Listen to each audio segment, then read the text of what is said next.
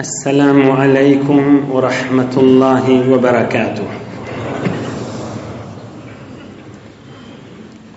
بسم الله الرحمن الرحيم. إن الحمد لله نحمده ونستعينه ونستغفره ونستهديه. الحمد لله عدد خلقه، الحمد لله رضا نفسه وزنة عرشه ومداد كلماته. اللهم صل وسلم وبارك على عبدك ونورك إمام المتقين سيد المرسلين سندنا شفيعنا مولانا محمد النبي الأمي الأمين وعلى آله وأصحابه وأنصاره وأتباعه أجمعين. لا أسألكم عليه أجرا إن أجري إلا على رب العالمين. اللهم وفقني لبيان ما يحتاج الحاضرون إليه وما يصلح أحوالهم. إلهي أنت مقصودنا ورضاك مطلوبنا، فأعطنا كلنا محبتك ومعرفتك. بيد الله تبارك وتعالى طاعات عبادت لنگدي، صالح عمل لنگدي، خير دعا لنگدي، içer daşarlar bilen mehabbetlerini, ihsanatlarını, lütfu keremi bilen kabul edip de dinini, dünyanı, ahiretini abat bolsun.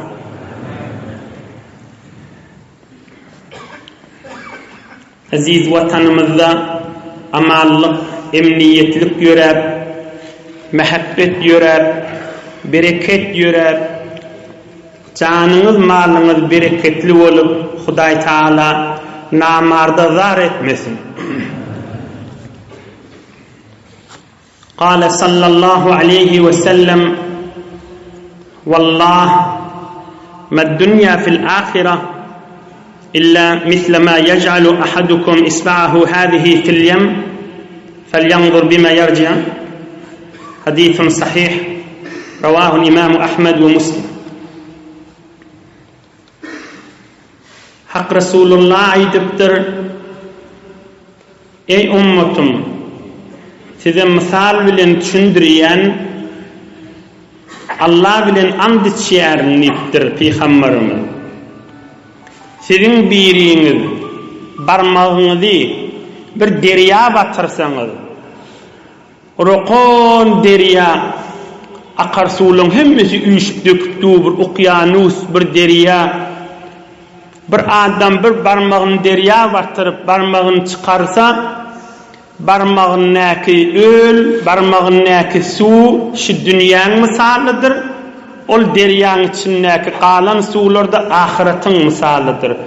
Şu kadar, şu miqdar dünya az ve ahiret olaqandır dedi. Ey yaş oğlanlar, ey cavan Türkmen doğançıklar, asıl olaqan görünüşüyle şunun üstünde kan zindigiler doğrulmadan çürüyüm bir zindagida yaşayışta hususan cavan gelirler, cavan erkekler, cavan kızlardan çürüyüm ak hakıl inşallah peygamberimizin yaşayışının gurrunun eteğine ve aydan derman sözünün eteğine ve büyük adamların gurrunun eteğine ak iman gurrun, iman hakıllar kadrını bilip yüreğine, vücuduna bu gurrunlar sindiren adam iki dünyası abat boldu. Yani dünyanın misalını, şu dünyanın hamana bir adam tamam şu dünyada evvel ahir hoş geçirse de aynı barmaktaki öl yani kıyamet hoşluğu derya olup yatıydı anırda. Yani şu mahal ey cemaatler, şular Resulullah'ın derman söyledi. Men şu gurrun aydakanı düştüm, tamam estim, çın akla işare diye könülü. Yani şu öyle şey hicil olqon vaqtda. Şu dünya tamam bir adam hatta padişah olup ömrünü gülüp geçirse de ki kadim bir padişahları geçiptir tarihlarda var. Tahtının üstüne yaşoğlular dikkat edin. Tahtının üstüne şu tahtın üstüne oturan yerine başlayan istinca etyenmiştik hamana nihayet hoş geçirip özüne hiç zahmet vermesizliği de şu tahtının üstünde de öz şehvetin rahat etyenmiştik hamana saylan zenana yakid yedene elheleyi bilenine nihayet bir insanın haklını gelecek hoş gözeranini edyenmiştik. Erten şolurdan bir namu nişan var mı? At var mı? İşlat yoktu. Geçip gitti şudur şu. Onu ağırlıp şayet demacı sünküde kalmadık bolsun. Betir daşı gitip vermeliler. 40-50 ilmin ne oluyor? Şehrimizin içindekilerden kalanı var mı? Bir din, diyanet gurrunları hiç kulağını gelmelilerden bir adamlar. Dünyada her yere gülüp hoş geçirse de adam hemişe aydiyendir. Yen aydiyen, şılaydiyen gurrun haram gülkü, halal gülkü tamam. Allah icade verdi. Hiç kim ona dihaleti de olmaz. Hiç kimin repti de olmaz. Hiç kim ona tedakhul edip girişip de bilmez. Allah'ın icade veren yer tamam oldu. On her kim kipledi öyle ilah ağırlı. Gurrun şu dünya deyip mıdam aydılıya Hudayın icade vermedik yeri. Allah'ın haddi hudud koyun yerinden geçmen görürüm. Ve herhal dünyanı Resulullah Aleyhisselam misal vuruptur, inni oturdu fikrin etti. İnne şu kâsetûden birce kâsetûşi. Yani şuna barmak sokup şunu çıkarsan, barmakta bir miktar su galli, şunun içinde sen hiç de kemelmedi taşından gözlendi. Emme Resulullah Aleyhisselam bir kâse suya barmak salıp çıkarmağını aydımandır. Bir derya barmak salıp çıkarma deyiptir. Bir keştiler içinde şehir yal, gümmet yana, ulukon keştiler içinde aynılıp birin derya, ahiret bol qalli, ime içme her nâme, süycülük şehveti olsun, ol ahiret bolli, bir dünyadaki ime içme tefriti, cengeli, deryası, harice gidipleri öyle yurdunlamıştık, aynı barmağın eline öyle oldu da. Yine Resulullah'ın aydan misali. İnşallah ahir neçeli, Türkmen doğan çıklama ak nasihat ve zindigin yolu bizden bilken bir yadigarlık kıyametimize sokak olsun deyip hizmetini de yetirin. Malik ibn Dinar radıyallahu anh iştensiniz ahuncarlar cumhularda ayetlarda vaaz verirlerine şi mikrofonlarına elhamdülillah adıkan tutulan adamdır. Kim? Malik ibn Dinar. Malik ibn Dinar kim oluyor? Malik ibn Dinar İmam Azam Ebu Hanife'den bir azıcık önçerek adam. Yani Peygamberimize zamanı yakınıra Ebu Hanife'den anırra. Peygamberimizi görmeyenler emme Peygamberimizi gören adamlar bilen oturuşuptur. Dermanlar bilen görürünleri. Türkmen oğullu kadim pirler aydıptır. Oturuşmanı büyük adam tapmasanız görürününü okuysanız da şolar bilen oturuşan yani bulursunuz deyiptir. Mübarek celesidir. Şolun derman görürünleri, şolun özü bilen oturuşan yani ediyen olsa İnşallah Allah'ın rahmeti, Allah'ın bereketi, Allah'ın periştesi yağyan meclistir inşallah. Malik ibn Dinar Peygamberimizi gören adamlar bilen oturuşan adam. Bir gün Peygamberimizin hademi kim? Yaşaç oğlun hizmetkarı Hazreti Enes. Hazreti Enes qarra adam oluptur, yaşlı adam oluptur. Malik ibn Dinar 3-4 nefer olup şon salamına vartdırlar.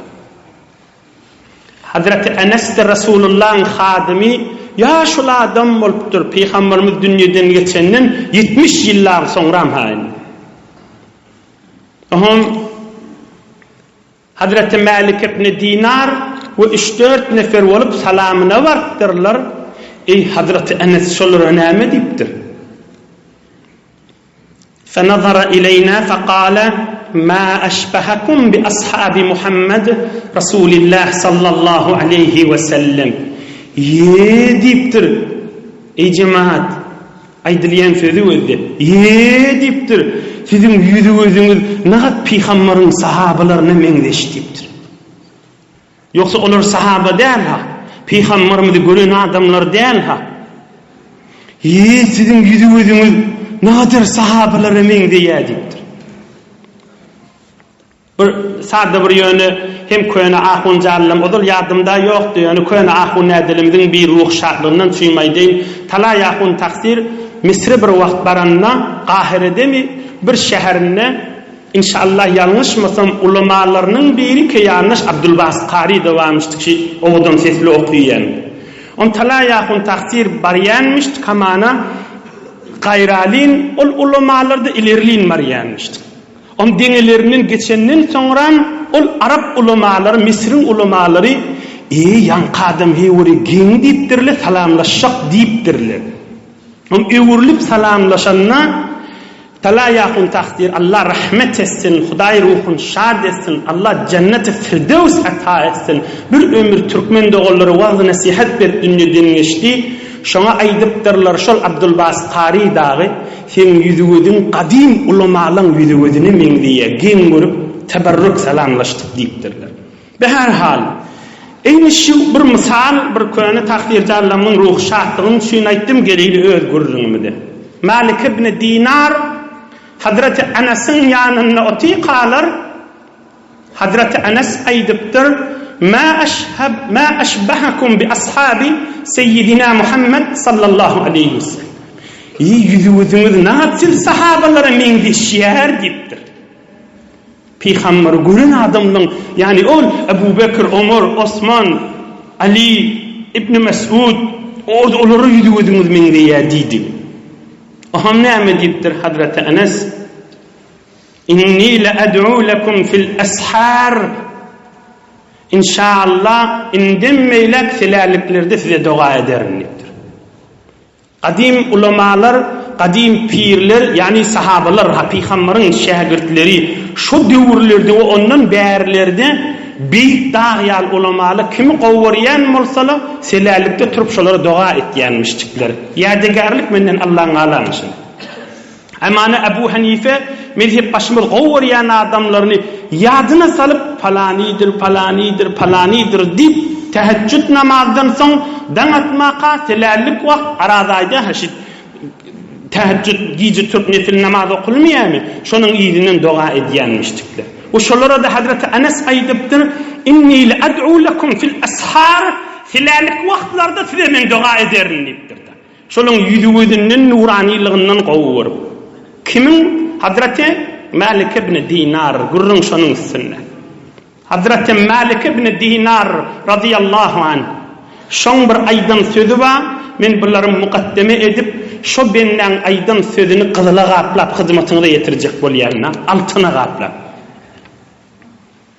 Qala Malik ibn Dinar radiyallahu anh: "Innahu la ta'ti alayya as-sana la akulu fiha lahman illa min udhiyati."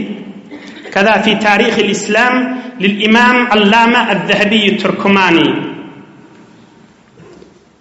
Tarihul İslam'da aýdýar 800-900 ýyl mundan ozal bir alim türkmeniň miri İmam Zahabi diýerler. Şoň ýazan kitabyna şuurun bar. Bir tarihdan adammışdy. İmam Zahabi Turkumaniň kitabyna bar Malik ibn Dinar şu ýanky sahabalara meňdeşi adam aýdypdyr. Näçe ýyl boldy diýişme etdirmek diýipdir. Fakat urwalykda etýänlikdir. Näçe ýyl boldy diýişme etdirmedi. Garyplykdan, fakirlikdan, fakat urwalykda ýýänlikdir. Aham aýdypdyr başga bir riwayetlarda, kitaplarda şu Malik ibn Dinar adamlar aýdýar etimesen kuşun eti ya malın eti, etimesen aklın azalýar diýip.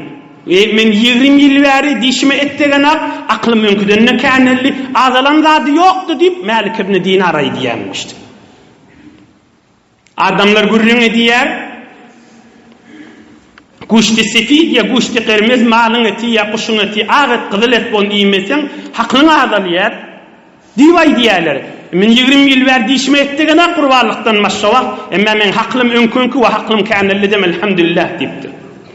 Asl insanyň nur haqqly insany gerekdir, kuwat. Resulullah aleyhisselam malın etini yiýänmişdik, kuşun etini yiýänmişdik, asal balla yiýänmişdik, halwa da gowur yiýänmişdik. Mewjat yiýänmişdik. Ol öz ýerine iýmeli ýa iýmellän gurrüňi däl. Gurrüň ýerde gurrüňşi.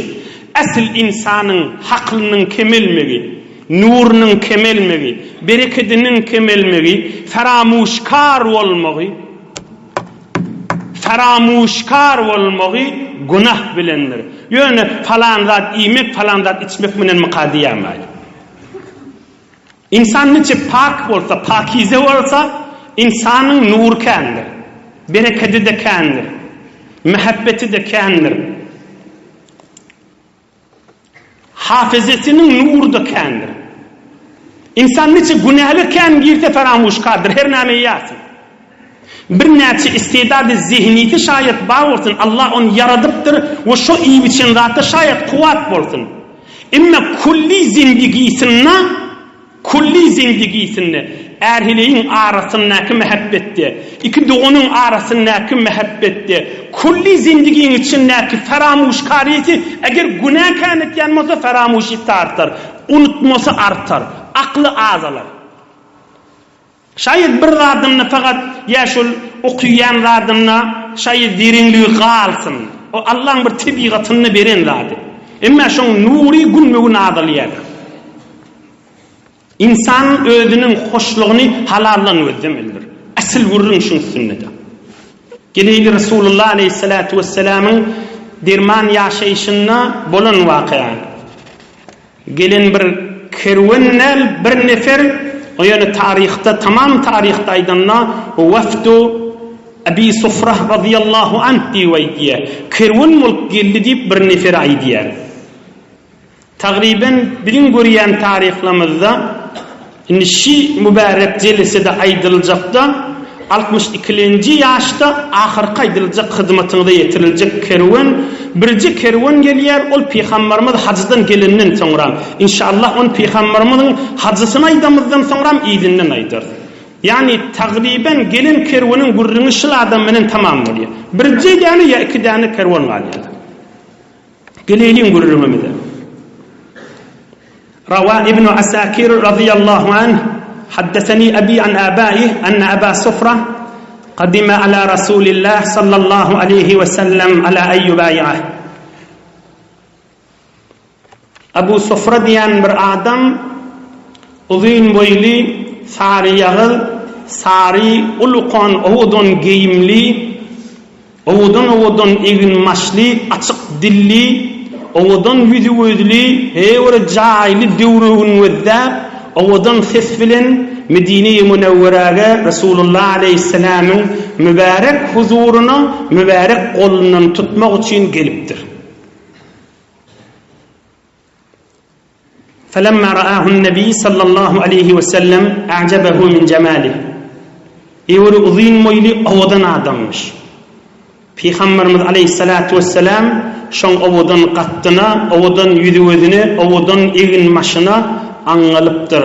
Inni tarih şey diýip diýär, ýa Peygamberimiz mübarek agdyny getiripdir şuladymyň owodanlygyny diýip, ýa-da şoň gözläp durşundan sahabalar aýdypdyr.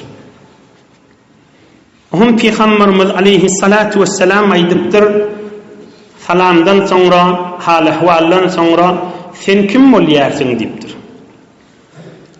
Ol adam aydıptır, ana Qati' ibn Sariq ibn Zalim, ana Malik ibn Malik. فقال النبي صلى الله عليه وسلم أنت أبو صفرة دع عنك سارقا وظالما. فقال رضي الله عنه أشهد أن لا إله إلا الله وأشهد أنك عبده ورسوله حقا وإن لي 18 ذكرا وقد رزقت بأخرى بنتا سميتها صفرة. فقال صلى الله عليه وسلم فأنت أبو صفرة كذا في الكنز للمتقي الهندي والسبل للشامي. Peygamberimiz aýdypdyr, sen kim bolýaň diýipdir. Onda olay diptir. Mene diptir. Odol derdimiz men adama qate daqtı diptir. Yol kesyen niydi. Derdem kakımın adı zalim diptir. On anasındaki oğru diptir. Bidirek atları daqılıptır diptir. Peygamberimiz ayırba atlar diptir. Bulardan at bolacak mı diptir. Sana Abu Sofrah diye illiptir.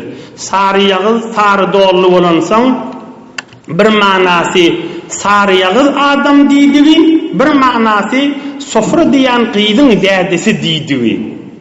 Sen Abu Sofrah diyemel sana deyiptir. Tamam tarihlerden Hazreti Abu Sofrah diyer. Ohum ol adam aydiptir, ya Resulallah men erkoğlum katı kan deyiptir.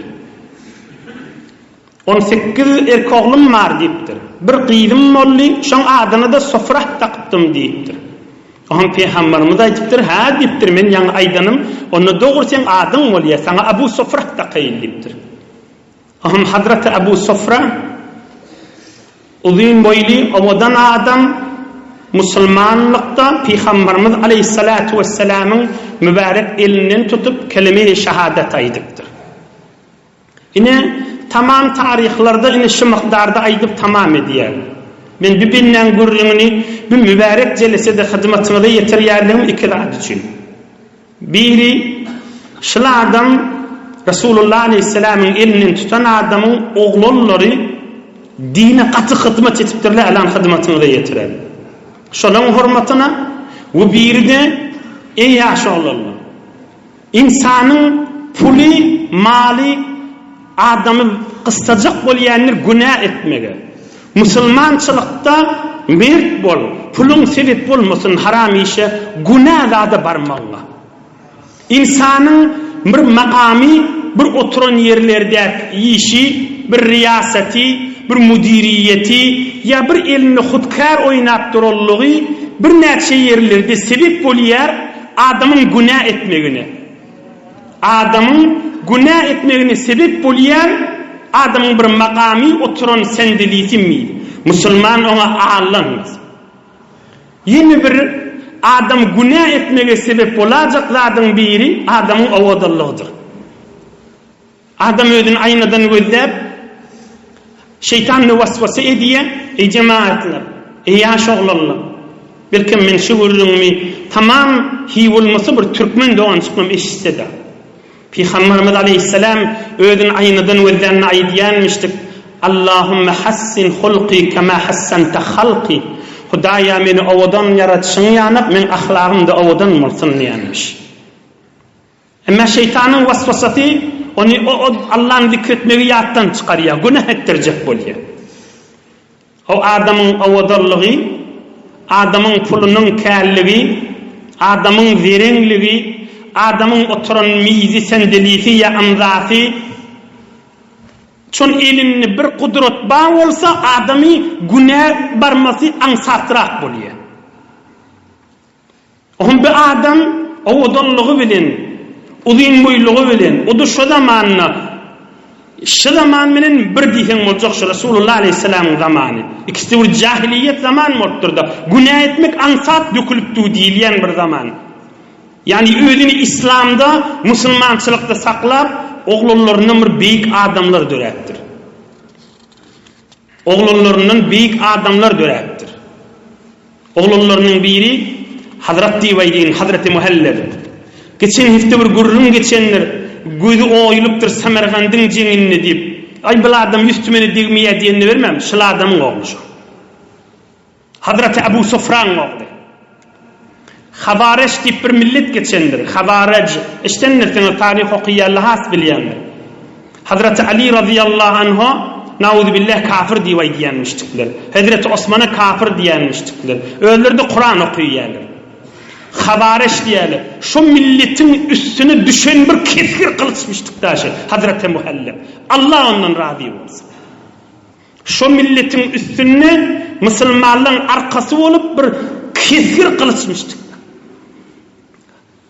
Kesir kılıçmıştık. Hazreti Ömer ibn Abdülaziz'in zamanında Ebu Hanife'nin bir cavan vaktindeki zamanında şu Habareç'le Basra'da ya belki ehvaz tarafları geçiverecek bolurlarına Yankı Hazreti Muhallab ba, yankı sahaba Peygamberimizin elinden tuttu. Şoň oğlunu farmanda edip, baş edip, şolun üstüne müsellet etdiýänmişdi. Olun ulukan bir aqide bidirek harap beri Hazreti Ali radıyallahu anh ve Hazreti Osman'ı dininden çıkıgılı diýenmişdikler. Olar Müslüman kabul etmeýänmişdikler. Ama Hazreti Muhallab şolun üstüne bir sıyırılı kesgir kılıçmışdikler. Kimşi Hazreti Muhallab? Yankı uzun boylu ovadan sahaba ve Peygamberin elinden tuttu. Şoň oğlu da. Hazreti farmanda olup İslam'a hizmet eden ve şu farmanda olup hizmet edip geçen haftada aydılanlar Kabul fethedilenini, Türkmenlerin arasında İslam girenini, Uzbeklerin arasında Semerkand'da İslam girenini, farmanda erteş olup koşun süren büyük adam Hazreti Muhallab Ebu Sofran oğlu da şu. Yankı Peygamberimizin kolundan tutup Müslüman bolan adamın oğlu.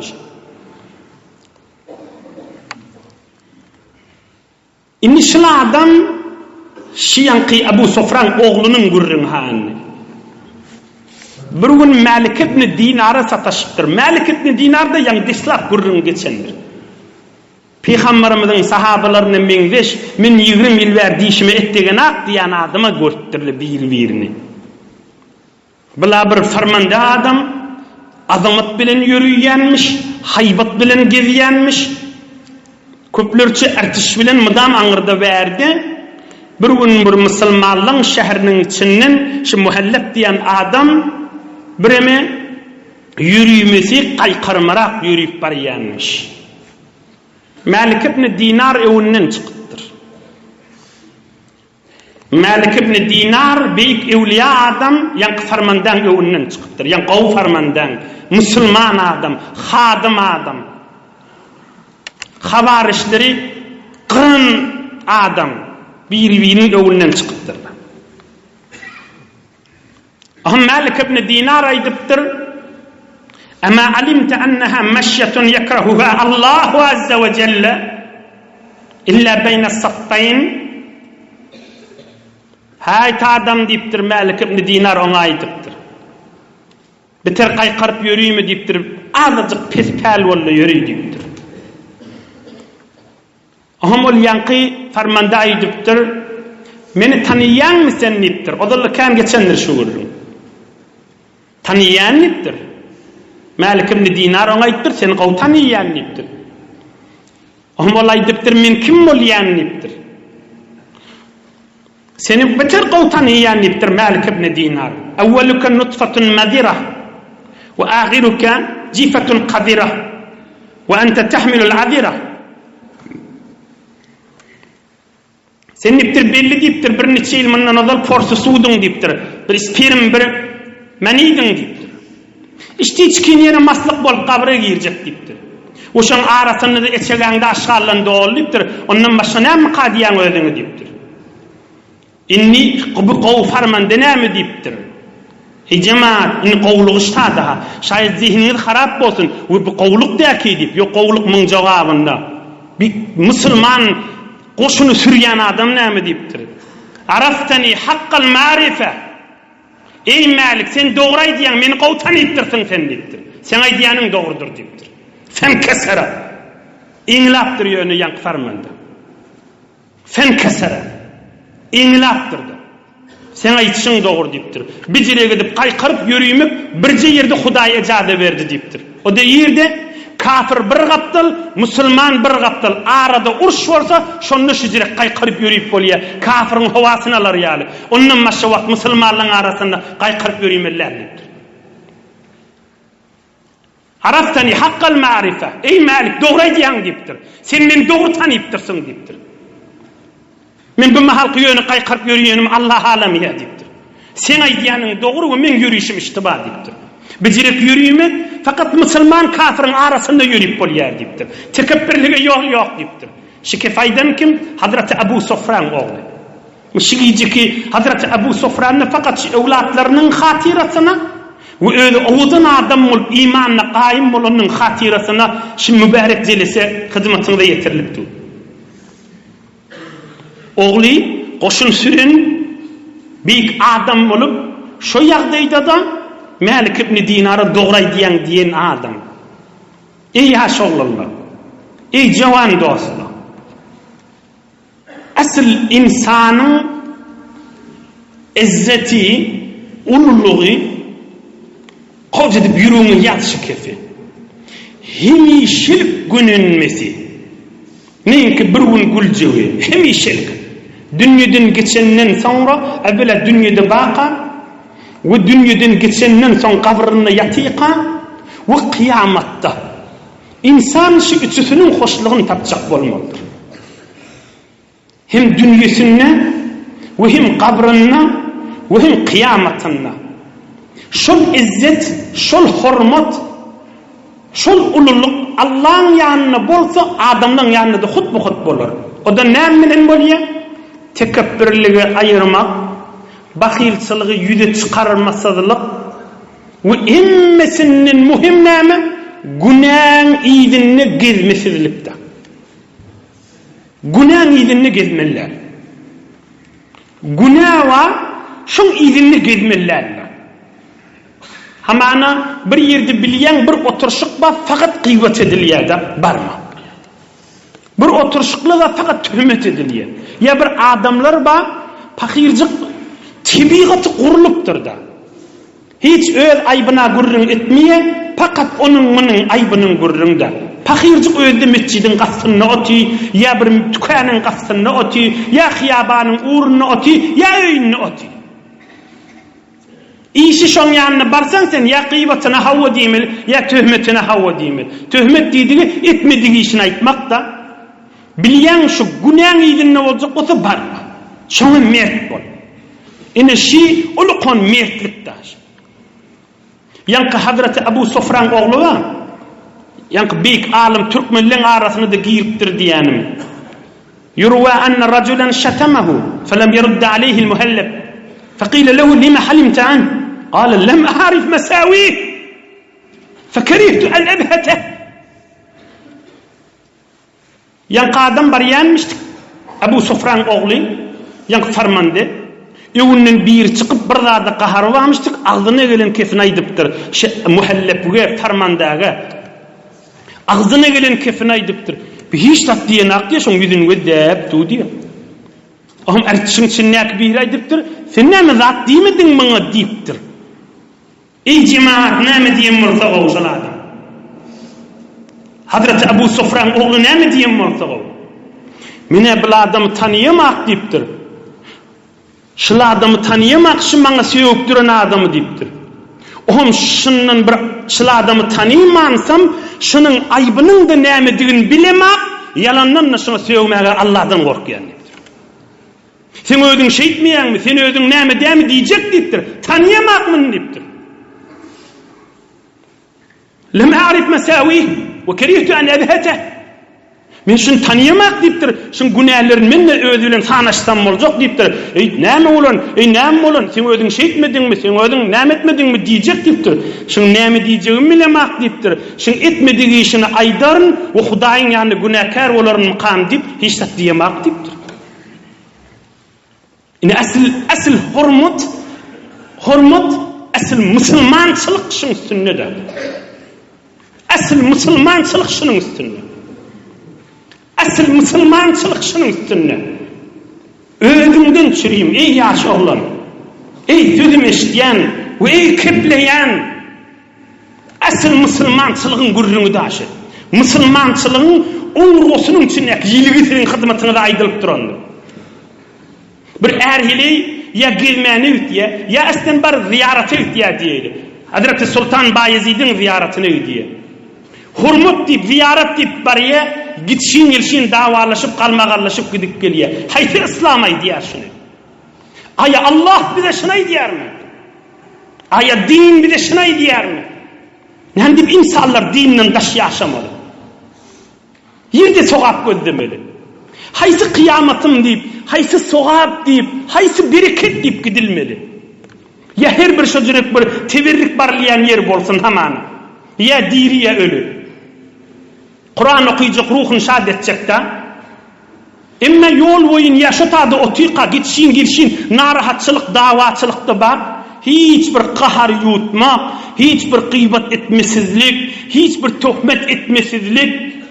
Ey cemaat, elhamdülillah, 3000 nefer davaş ma'rakaşma, etik zir zeminine doti. Ak haklığınız bilen aydın, hamana şılay dileyen gurrun, bizi qaim tutma diler yal gurrunmuş. O gurrundaki gurrun din näme diye, Allah bizden näme isteye, şonu düşünmen gurrunda. Bizi ağır tutmalar ki diğer yanık bir gurrunmuş. Tuhmet gıybet etbermek olardan qavdimekte. Asıl zindigin doğrulamak, asıl zindigin içine iman salmak, Müslümançılık salmak, muhabbet salmak, bereket salmak asıl dinin isteyen zadı. Birbirinden aydıp durun kefini öldü. Kılıcın sirakını kelletini kesip koyverdi. Adam keplecek ha. Yani Malik ibn Dinara sen doğru aytyan deydi. Bu adama näme deyiptir? Ola sevuptu. Bu adama da yan Hazreti Muhalleb keplemen yüzünü öldürdü. Sen bir zat deydi diyenini men tanımak deyiptir. Yoksa sen ödün näme? Ödün şeyle deme. Hi olmasa ödün şeyle diyeyim. Allah her näme diyen bolsa, men bunu ödün şeyle diysem bir de şeyle de olsa bolmayacaktır. İnan ak Müslümançılık. Asıl hurmat, asıl din, asıl izzet dünyadan Ebu Hanife'den önçak geçiptir. Şulardan marda ayrılıptır. Türkmenistan'ın mar diyen yerinde. Hazreti Burayda Baban yurdunna, Hazreti Hakam'ın yurdunna. Marda dünyadan geçiptir. Ebu Hanife'den de önçak dünyadan geçiptir. Tarihte adiyal fıllaptı. İyi olmasa Resulullah'ın zindigi namasının içinde adı tutuluyor. Ohum şol yak Muhalleb Hazreti Ebu Sufran oğlu da şuna aydıptırlar. Bima zafarta, bima nilta ma nilta. Qala bi ta'atil hazm ve isyanil heva. Şuna aydıptırlar sen kan yerleri fethettin deyiptirlar. Beter odan adammıştı. Oğlu da Ebu Sufran yak Muhalleb. Uzun boylu adammıştı. Beter batırmıştı. Bir yerleri taraf güçlü olsa şunu farmanda diyenmiştikler. Hazreti Ömer bin Abdülaziz Zagı. Şunu başa diyenmiş. Geceler yatman fikret diyenmiştik. Haysi yolun barp bulur kam şunun üstüne deyip. On kan yerler fethedildin. Sen şu ulu derece necire yettin deyiptirler. Onu olaydıptır. Men kelleminin gitmedim deyiptir. Günah olacak olsa makamdır ordum barmardım deyiptir. Asıl men maksada yetmegim şunun üstünde deyiptir. Haram olsa, günah olsa özüm şunu bulamırdım deyiptir. Asıl gurrun iştahı. Yine bir 8-9 daqiqa, 10 daqiqa vaktimiz var, dikkat edin. Asıl gurrun şunun üstünde. Men günah denir, masum değil hiç vakta, pak değil, peygamber değil ol adam. Ama günahın idinine gezmedim deyiptir. Yoksa şol makami, o şol avadallığı her jere günahlar etip bilyardı. Bi isyanil hava. Men şu makama yetenim günah idinine gezmedim deyiptir. Beter uluqan gurrundur. Inni nama uluqan gur, nama hiya yef uluqan gurrun. Uluqan gurrun ştayı. Bir gelin, bir qıydı oğlan, bir erkek adam öyünden aramış tapmaya. Mıdan narahati var da. Namet ben şunlardan. Zindigisinin içinde yürük diyen hoşluğun taf bilenakta. Öyüne geliyen mıdan bir ızavi adam bada öyüne. Ya enatasından, ya oğul gizından, ya zinanasından, ya erinden, ya zinanı şeyle.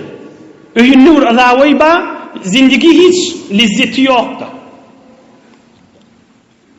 Bir yerden aramış, bir yerden yüreğinin hoşluğunu gözlesin, ama şu yer Allah'ın icazı veren yeri olsun. Gurrun şunun üstünde.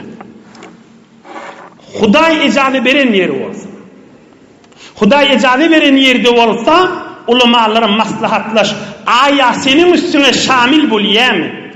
Seninle şunun içine giyiyen mi? Bir kulak mualla olup, ya bir öz bilişinmen hava menine şeyle deyip uğrama, din şey deyiptir ki deyip yok, geniş. Din alimlarına, ilminin dirdinden haberi ve alimleri geniş, men şi halalıyor bana icazı mı deyip. Telefonlaş ya huzuruna var, ama ak dermanın al dinini. Emma Hudaýyň ijady bermedik ýerinden. Hamanaý men adamymdan mehabbetimi özüme doldurup bilmeýän diýer. Ya erkadym özden anamdan men hoşlugymy tapyp bilmeýän diýer. Şo ýagdaýda haram ýerden hoşluk gözlese, ol ýürege jaýlaşma, özüni beýik uçup gaýadan özüni okladygy bolar. Helak bolar. Arap oňa adyna wartat diýýär, dargamakda. Özün gaýadan oklamakdyr, bidiretdir. Günäň içine girip de hoşluk gözlemek bir adamyň zinanasy bilen, bir adamyň äri bilen, bir günälik şeriat Allah ijady bermeýän ýerinden uly dargamakdyr. Zindigisiniň bereketi aýrylar. Yüzünün nuru aýrylar. Cübsünün bereketi aýrylar. Şeytan bırakdyr oň ýadyna salmaýar. Şeytan fakat şol hoşlugyny alýar. Diýmeýär aýandan hiç bolar, kabryň hiç bolar, kıyamatyň hiç bolar. Oğlun şoğun günmegün gözünden gaçartyň. Şon Allah'ın rahmet nazarından gaçýan. Onu aýtmaýar. Her bir bernamalar bolsun ki şonu yıksın, onu ýadyna salmaýar. Fakat şol hoşlugy ýadyna salýar. Allanma. Hudaý ijady berdi. Önümün ulamalara geňeş. Hudaý ijady bermeýän ýerinden ine ak haklyş. Hudaý ijady beripdirmi, bermändi. Hudaý ijady bermedik bolsa mert bolludur, hak senkidir, ahir senkidir. Şun Hudaý senki. Şun Allah senki. Men kana lillah, kana Allahu leh. Hudaý senkidir. Halal bolandan soňra Hudaý sen. Emma haram bolsa, Hazrat Ali näme diýär? Bir altynyň suwy bilen ýazmaly. O näme diýipdir? Hazrat Ali Murtaza radiyallahu anh. Inned dunya iza halat aw halat. Ve iza jalat aw jalat. Ve iza galat aw galat. Ve iza kasat aw kasat. Dünya diýerleri iza halat aw halat. Füjü berse batlyga gaçyrar diýipdir. Dünya diýip haramda aýdylýar. Dünya diýerleri iza halat aw halat. Füjü berse aw halat diýdik, lokura batyrar diýdik. Iza halat aw halat. Füjü berse lokura gaçyrar. Ve iza jalat aw jalat. Owdallany verse, sen gorkular diýipdir. Sen gorkaklar diýipdir. Töf diýdir berer, döwrüňizde diýerer. Ve iza galat aw galat. Çoğu verse, köfeli verse, seni yere sokar diýipdir. Ve iza galat aw galat. Köfeli verse, seni yere sokar diýipdir. Ve iza jalat aw jalat. Owdallany verse, seni gorka salar diýipdir. Madam zindigin gorkulu bolar diýipdir. Madam giçe günni gorkuda ýaşarsyň diýipdir. Dirman kanuny zindigidir haşylar. Kanuny zindigi ýaşaman ýoludur. Allah'ın icade beren yerinden gözle, Allah'ın icade bermedik yerini kes. Odul badı olsa kes. Hiç kimin yüzüne kalma. Mert bol. Allah can Kur'an-ı Kerim'de diyor. Euzu billahi mineşşeytanirracim. Zalika bi ennallaha huvel hakkul mubin. Allah diyor. Adım haktır. Hakiyetine yetiştirer ve hak mıdan üstündür diyor. Hak bolandan sonra, doğru bolandan sonra, önkü yolun doğru dev bolandan sonra, Hudaý için mert bol, şonu etber, Hudaý arkandır. Etbersen canın çıkar, çıksa çıksın, Hudaýyň rahmetine düşersin, Resulullah tataşar. Onunla men tarafı näme diýin? Taraf özüni öldürecek. وَمَا أَرْسَلْنَاكَ عَلَيْهِمْ حَفِيظًا. Muhammed Peygamber'e Allah diye. Ey Muhammed Peygamber, sana adamlar sakla diye bir veremek deyiptir. Ne mi deyiptir? وَمَا أَرْسَلْنَاكَ عَلَيْهِمْ حَفِيظًا. Ey Muhammed Peygamber, sen adamlar sakla deyip iyi veremek deyiptir. Sen fakat vazifen eşittirmek deyiptir. Onu saklamak sen vazifen değil ki. Men şu günahını etbersem hamana tarap özünü öldürür. Öldürdü da. Sen ona mesuliyetin yok. Men günahmıştık, men etberyandı. İnni uzaklaştırma. Bir günah kesilse özün helak olur. Helak bol, rahmete düşersin. Şeytan vasvase diye. Sen bu günahını etbersen yaşak bilmersin diye. Sen bu günahını kessen diye ya taraf helak bulur ya sen helak bulursun. Hiç de bir hafta, iki hafta ağlar ama bir ömür gülüp gelir, kıyamette de gülüp gelir. Şu günahını ap verse. Ama ap vermese, şu dünyada korkup gelir. Kabrida şodur şu korkuğlu, kıyamette de korkuğlu. Huday aydiye, Kur'an aydiye, Resulullah aydiye. Ama şunu ap verdi uttu da. Şunu ap verdi uttu. Sofallah yarişan diyen pir bir teberrük iki beyt aydıptır. Şunu hizmetini yetirip tamam edin. Hudanın men'ini nefs istegende eğer bir zerresin terk etse benne ibadetler ki bulgay insu cinnan bu aygan bendelik afdal durandan. Şu günahını öpbersen bana näme sogappa? Sen soalın da sen nimeyin bağışla bir günahın içine giriptir inni öpberjek bolya, tövbe etjek bolya şu jawan oğlum. Men şu günahını öpbersem näme bana sogappa? Terku zerretin minel menahi hayrun min ibadeti sakaleyn. İnne şun cevabı şey. Men şu günahını öpbersem bana näme sogappa deyip şu jawan oğlum ya gelin soraya da şun cevabı şey. Kaban düğününü ömür sayı ibadet ediyorlar. Tamam pirler, tamam işarlar, tamam hücrelerde ders veren ahun mollalar, gecuni zikredip dururlar, geceler namaz okuyorlar, nefil, parvel. Şolun hemmesinin ibadeti, vakıflarının Müslüman zillanda ibadeti, hemmelerini uyuşur, şu haram etbermen soğadı hemmesinden olu kanma. Biter olu kan vurun, hazırda ağdaydırlıda.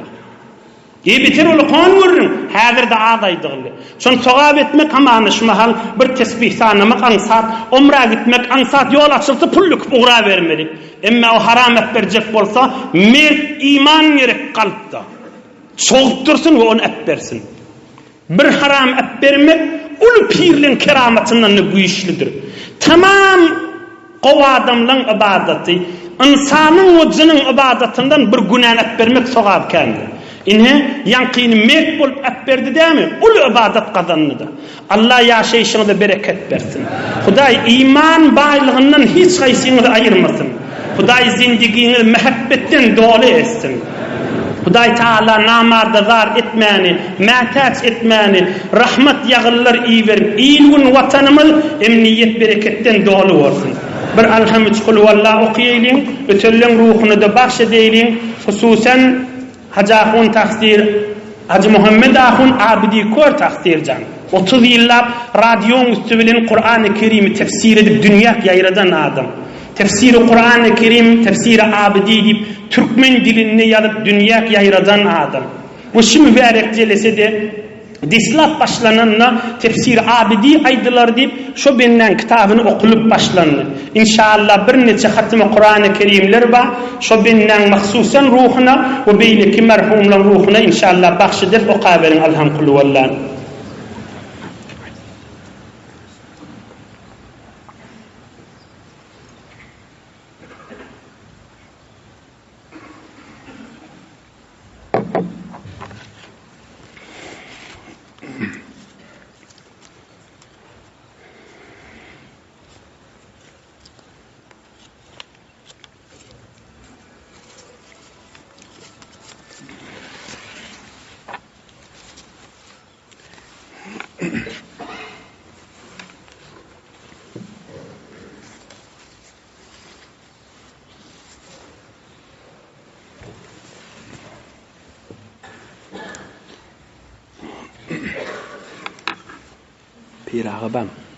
Pirağı badam.